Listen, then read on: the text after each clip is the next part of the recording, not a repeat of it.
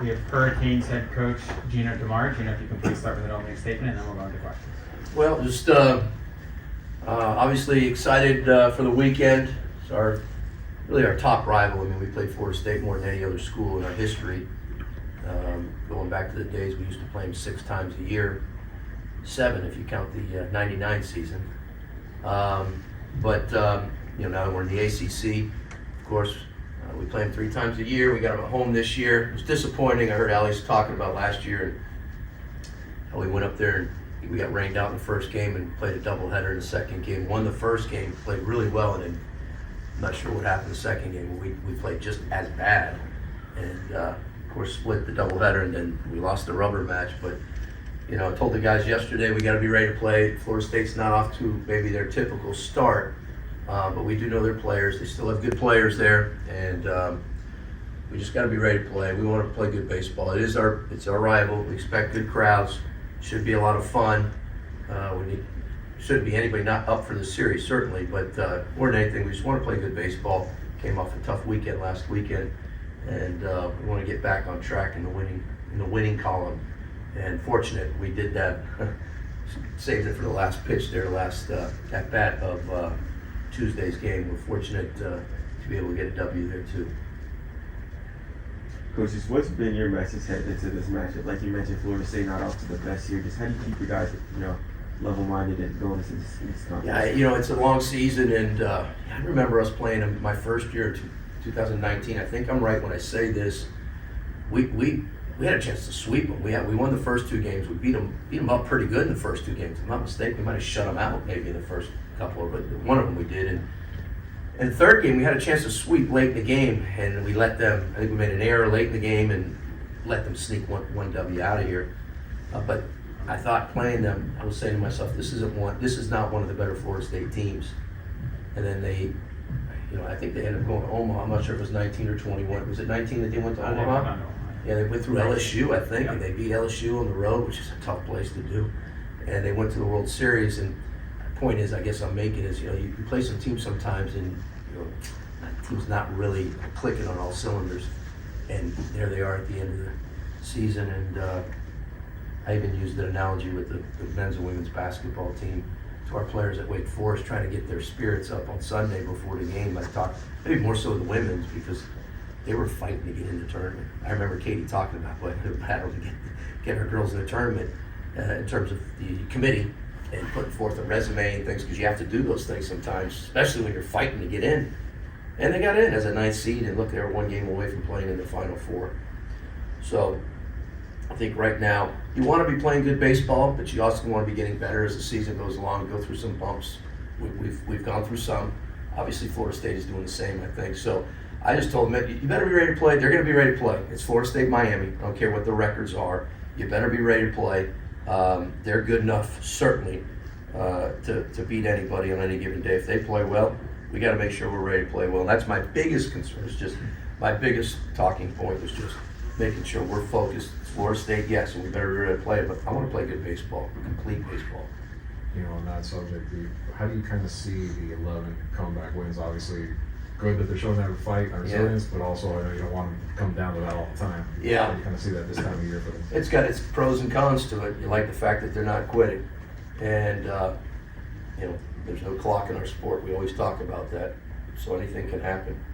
And I mean, anything. I've been in games where we were down 9 runs in the last inning as a player and a coach.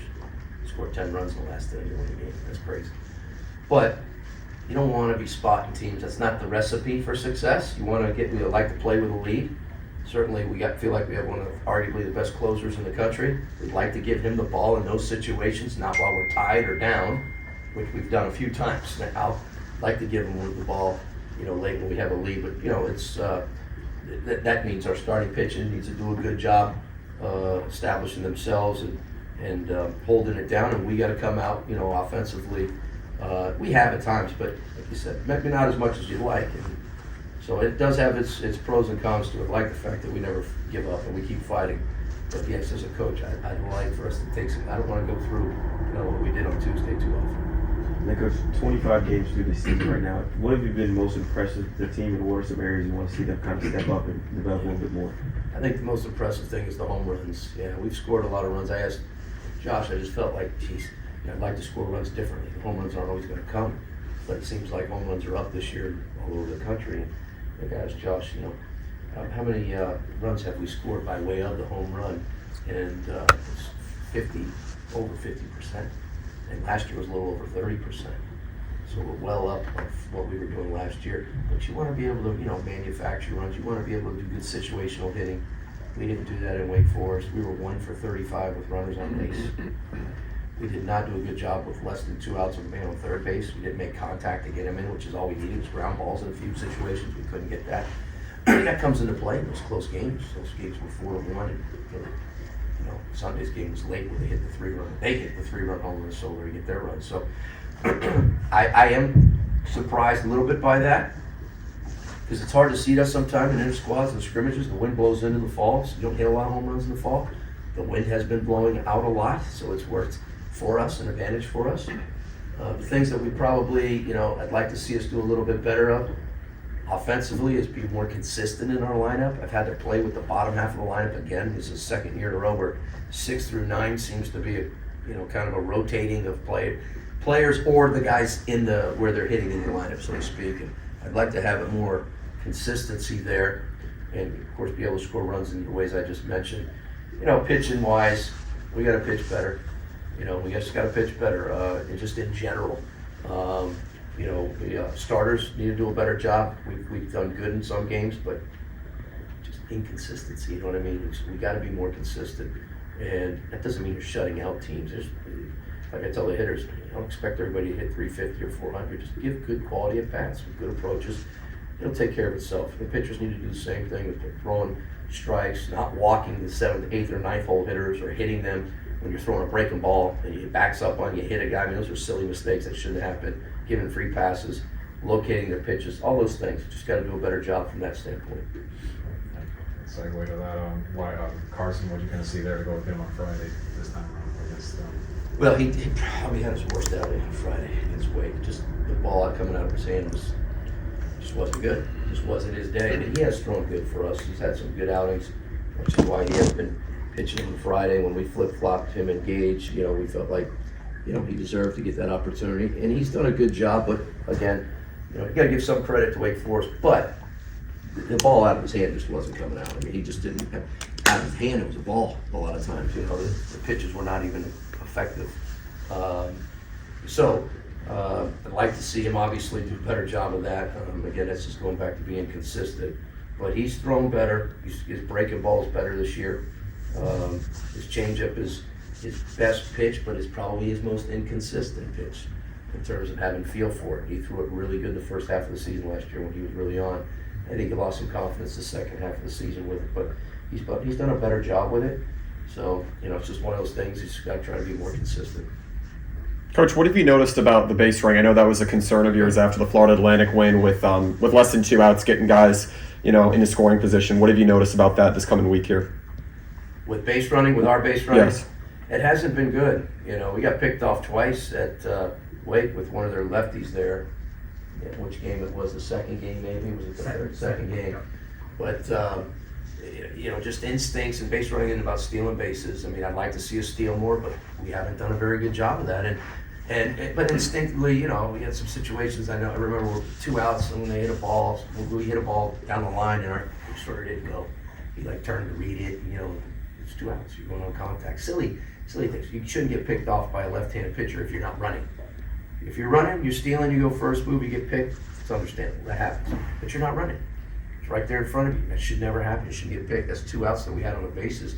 That could change so many things, especially at that ballpark. The ball flies out of Wake Forest. You could pop it up out of the ballpark. So it's something that we've talked about, something that we work on quite a bit.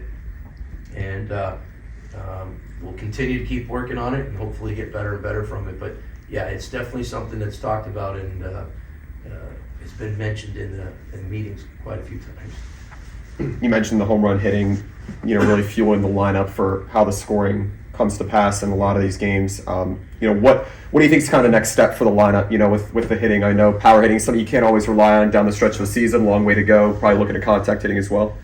Absolutely. putting the ball in play, like I mentioned, you gotta have situational hitting. We had it at Wake Forest, minimum third, less than 2 outs, more than once, and we did not put the ball in play.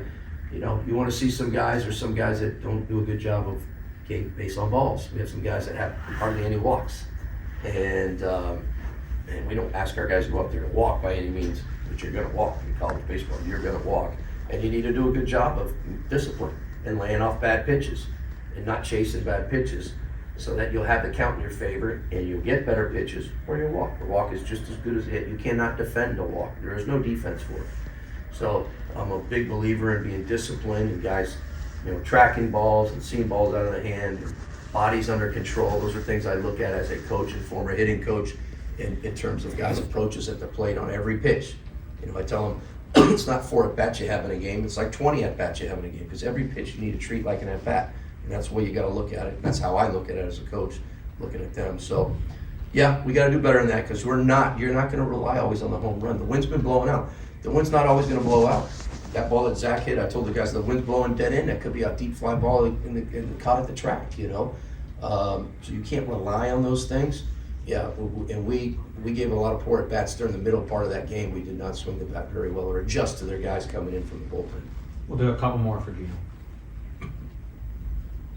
What's kind of the biggest memory you have of the Miami-Florida State series, even as a player going back in the early 90s? Well, as a player, it would have to be my senior year. We played them 6 times a year, and 3 here and 3 there. It was usually later in the year, and I remember us going up there and sweeping them. We were really good. My senior year, we only lost 7 games as a team. We were the number 1 team in the country. We went to Omaha. Everyone went away from winning the whole thing, but for coaching, it's an easy one. That year I mentioned, 99, we beat them 6 out of 7 times, and the last one was the best because it was for the national championship.